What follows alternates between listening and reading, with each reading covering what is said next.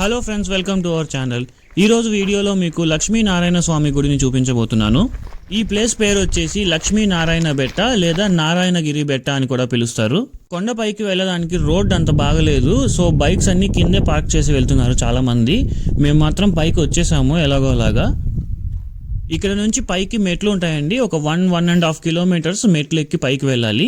పెద్ద కష్టమేమి ఉండదు. ఒకవేళ బైక్స్ కిందే పార్క్ చేసి వస్తే ఎక్స్ట్రా 1 కిలోమీటర్ మనం నడుస్తూ రావాలి రోడ్లో. సో టోటల్ 2.5 కిలోమీటర్ అవుతుంది. మేము పైకి వచ్చేసాం కాబట్టి ఒక 1.5 కిలోమీటర్ మాత్రమే ఈ మెట్లు ఎక్కుతూ వెళ్ళాలి. ఈ లక్ష్మీనారాయణ బెట్ట అనేది బెంగళూరు నుంచి ఒక 70 కిలోమీటర్స్ ఉంటుంది.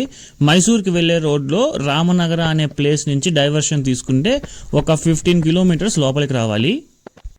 ఈ ప్లేస్ని రీసెంట్గా డెవలప్ చేస్తూ ఉన్నట్టున్నారు, ఎందుకంటే రోడ్ మొత్తం కన్స్ట్రక్షన్లో ఉంది. కొండ మధ్యలో కట్ చేసి మరీ రోడ్ వేస్తూ ఉన్నారనమాట. కింద చెత్త ఉంటే అది మొత్తం క్లియర్ చేస్తూ ఉన్నారు. సో ఈ మెట్లు కూడా రీసెంట్గానే చెక్కినట్టు కనిపిస్తున్నారు. యాక్చువల్గా అయితే ఈ ప్లేస్ నైట్ ట్రెక్కింగ్కి బాగా ఫేమస్ అంట. బిఫోర్ సన్ రైజే ఇక్కడికి వచ్చేసి ట్రెక్కింగ్ పూర్తి చేసుకొని పైన వెళ్ళి సన్ రైజ్ చూడాలి. కానీ మేము మాత్రం అన్ఫార్చునేట్గా ఆఫ్టర్నూన్ ఇక్కడికి వచ్చాము. ఎండ బాగా ఉండింది అప్పుడు. మా ఒరిజినల్ ప్లాన్ వచ్చేసి ఎర్లీ మార్నింగ్ 4:30కే బెంగళూరులో స్టార్ట్ అయ్యాము. అక్కడి నుంచి కునగల్ బెట్ట అనే ప్లేస్కి వెళ్ళి ట్రెక్కింగ్ చేశాము. ఆ తర్వాత రామనగర అనే ఊరిలో రామదేవర బెట్ట అనే ప్లేస్ ఉంది. అక్కడికి వెళ్ళి ట్రెక్కింగ్ చేసేసి ఇంక ఇంటికి వెళ్ళిపోవాల్సింది. బట్ దగ్గరలోనే ఈ లక్ష్మీనారాయణ బెట్ట అనే ప్లేస్ ఉందని తెలుసుకున్నాము. సో ఎలాగో ఇంత దూరం వచ్చాం కదా, సో ఇక్కడ చూసేసి వెళ్ళిపోదాం అనేసి వచ్చాము. బట్ ఆఫ్టర్నూన్ ఎండ అయితే చాలా ఎక్కువగా ఉండింది. ఆ 2 ప్లేసెస్ వీడియో లింక్స్ కూడా డిస్క్రిప్షన్లో ఇస్తాను, చూడండి. మీరు కనుక ఇక్కడికి వస్తే ఎర్లీ మార్నింగే స్టార్ట్ అయిపోయి బిఫోర్ సన్ రైజే కొండ మీద ఉండేలా ప్లాన్ చేసుకోండి. యాక్చువల్గా అయితే ఈ ట్రెక్కింగ్ చాలా ఈజీగానే ఉంటుంది. బట్ మేము ఆల్రెడీ 2 ప్లేసెస్ విజిట్ చేసుకొని లంచ్ చేసుకొని ఆఫ్టర్నూన్ ఇక్కడికి వచ్చాము, అది కూడా ఎండలో. అందువల్ల మాకు కొంచెం డిఫికల్ట్గా అనిపించింది, టైర్డ్ అయిపోవడం వల్ల. గూగుల్ రివ్యూస్లో మనం ఫొటోస్ చూసినట్టయితే చాలా బ్యూటిఫుల్గా ఉంది ఈ లొకేషను. కానీ మేము ఆఫ్టర్నూన్ రావడంతో అంత బ్యూటిఫుల్గా మాకు కనిపించలేదు, ఎందుకంటే ఫాగ్ లేదు, సన్ రైజ్ ఏం చూడట్లేదు, ఆల్రెడీ ఎండ్ వచ్చేసింది. సో అంత ఎంజాయ్ అయితే చేయలేదు మేము. But just because of wrong timing మేము ఎంజాయ్ చేయలేకపోయాము. బట్ యాక్చువల్గా అయితే ఈ ప్లేస్ బ్యూటిఫుల్గానే ఉంటుందంట. సో టాప్ పాయింట్కి అయితే మనం వచ్చేసాము. ఇక్కడ నుంచి మీకు చుట్టూ ఉన్న వ్యూ చూపిస్తున్నాను.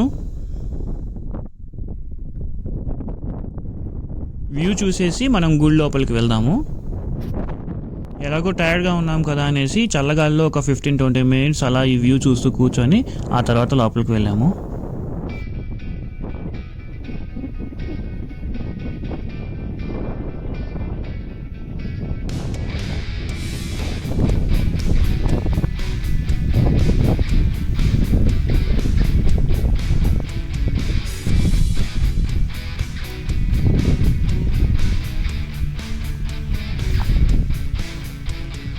ఇంకా లేచి టెంపుల్ లోపలికి అయితే వెళ్తూ ఉన్నాము. లక్ష్మీనారాయణ స్వామి ఇక్కడ రీసెంట్గా పిచ్చి చెట్టన్ని కట్ చేయించేసి మొత్తం కాల్చేశారంట. అందువల్లే ఇక్కడ నల్ల నల్లగా అలా కనిపిస్తూ ఉంది. గ్రీనరీ అంతా తెలియట్లేదు. మనం నార్మల్గా గూగుల్ రివ్యూస్లో చూస్తే ఈ ప్లేస్ అంతా బాగా గ్రీనరీగా చాలా బాగుంది. ఈ టెంపుల్ని కొన్ని వందల సంవత్సరాల క్రితం ద్రవిడియన్ సివిలైజేషన్ టైంలో కన్స్ట్రక్ట్ చేశారంట. అప్పుడు కన్స్ట్రక్ట్ చేసుంటారు, కానీ ఇప్పుడు దీన్ని డెవలప్ చేసుంటారు.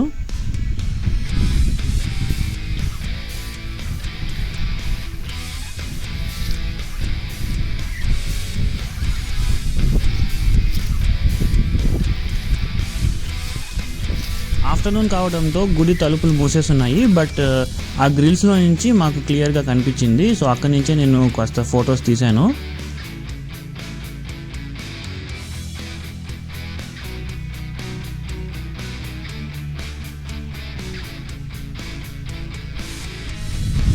గుడి చూసుకొని ఇంకా బయటికి వచ్చేసాము. ఇప్పటి వరకు కొండకి ఒకవైపు ఉన్న వ్యూ మాత్రమే చూసాము. ఇంకొక వైపు వ్యూ కూడా చూడడానికి ముందుకు వెళ్తూ ఉన్నాము. అది కూడా మీకు ఇక్కడ చూపిస్తాను.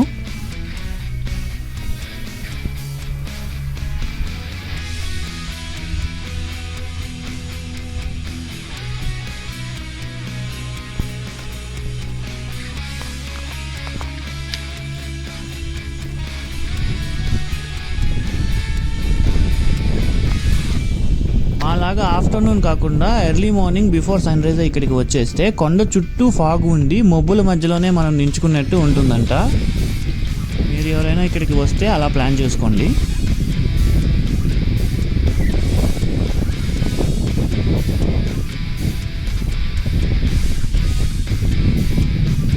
అంతే అండి, ఈ లక్ష్మీనారాయణ బెట్ట లేదా నారాయణగిరి బెట్ట అనే ప్లేస్లో ఉన్న శ్రీ లక్ష్మీనారాయణ స్వామి టెంపుల్ చూసుకొని మేము కిందకి స్టార్ట్ అయిపోయాము. ఈ వీడియో కనుక మీకు నచ్చినట్లయితే please like, share and subscribe. Thank you for watching.